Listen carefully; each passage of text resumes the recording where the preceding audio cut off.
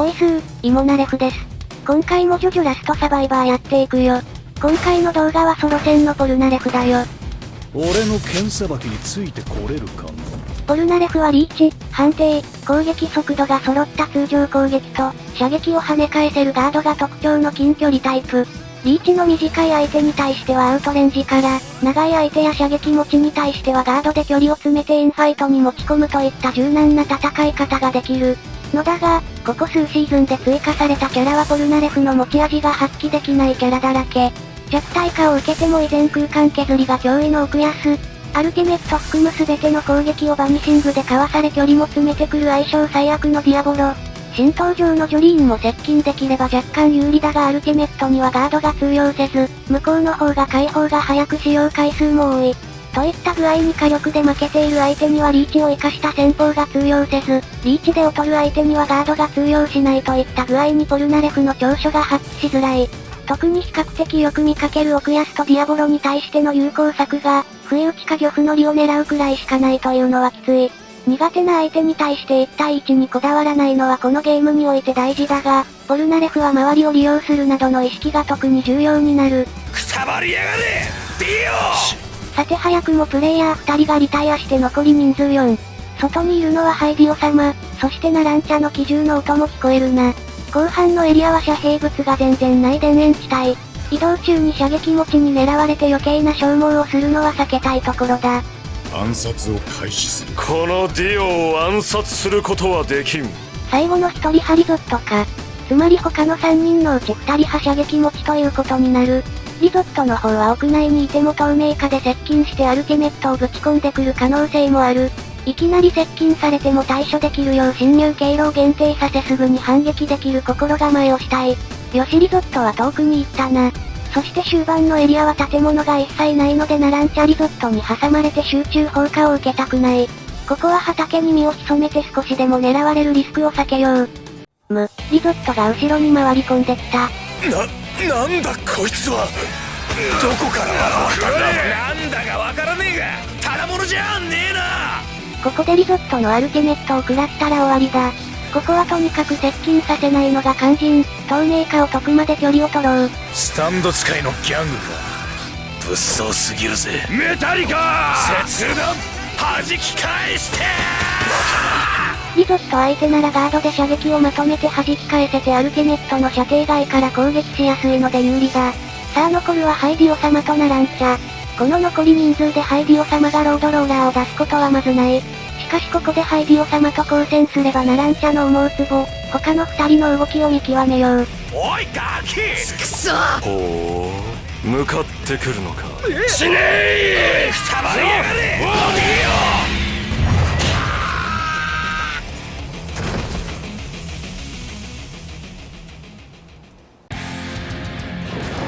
あとはエンマ様に任せたぜ。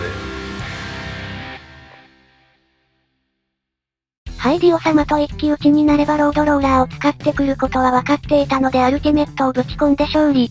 開けた平地で距離さえあれば時止めに合わせるのもそう難しいことではない。ガードによって射撃をしのげる遠距離アルティメットを持つポルナレフならではの決着となった。それでは次の対戦行ってみよう。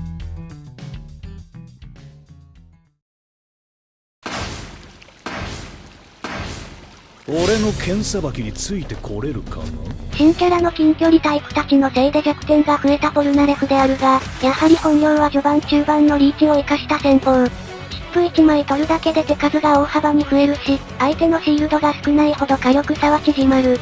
さてプレイヤーの展開が流行ってダービーの資格が全然取れん。後半になる前にプレイヤーに仕掛けてチップを奪わねば。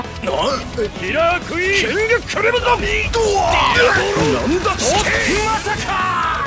よしポルナレフにとって最も厄介なディアボロに不意打ちをかますことができた。交戦していたキラのチップも取って一気にレベルマックス、理想的すぎる展開だ。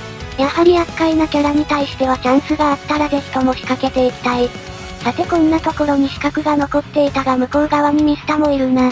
すでにレベルマックスだが他のプレイヤーには極力チップを回したくない。なんとかしてみろよ。ポルナレフかよ。さて後半への準備は十分整ったな。周囲にいる残りのプレイヤーはジョルノ、歌教員、ハイディオ様、ミスタ。さらにホルホースまでいるな。今回はとにかく射撃持ちが多い。複数に狙われたらかなり厄介だ。最後まで残したくないキャラもいるがここは安全確保を最優先。それにこれだけ射撃持ちがいればジョルノやハイディオ様は放っておいてもただでは済まないだろう。とりあえず有利ポジションでロデオショットを打っているミスタを放置しておくわけにはいかない。ここは狙っていこう。てめえかかってこい。切断弾き返してよしミスタはもうこの周囲の建物にはいられないな。そしてさっき私がいた方から誰か登ってくる。くたばりやがれ乗りよ至近距離での殴り合いでは勝負にならないので先制したら素早く下がろう。追ってくればリーチの差でここに飛び移る前にもう何発か入る。しかしあのハイディオ様の動きは消極的だな。さてはここに来るまでにダメージを負ったか。無駄おっと下の方にさらに一人来ていたか。ともかくこれでここの安全確保はできた。さて残り人数6。さらにリゾットの攻撃音が増えているのも確認できるな。ソロ戦で射撃持ちが複数いる場合は結託されて他のタイプが集中砲火を受ける危険性があるが、今回は多すぎて潰し合いになってるな。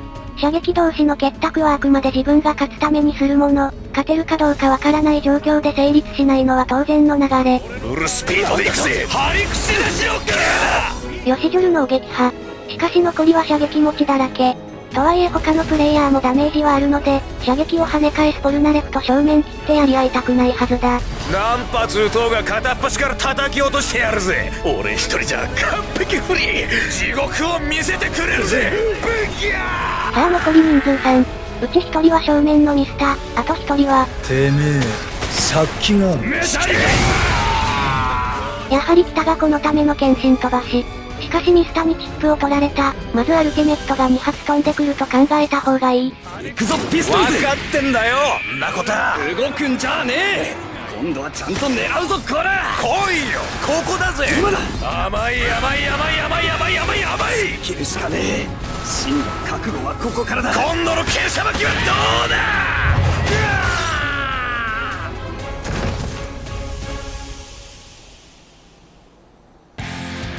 剣は銃よりも強いんだよ。このポルナレフに限って言えばな。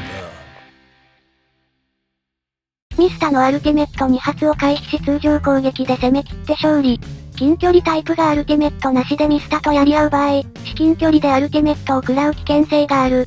しかしリーチのあるキャラならつかず離れずの距離で攻めれば、撃たれてから回避する余裕が若干あるためやや有利。ポルナレフのアルティメットは強力だが抱えたままリタイアしてしまっては何にもならない。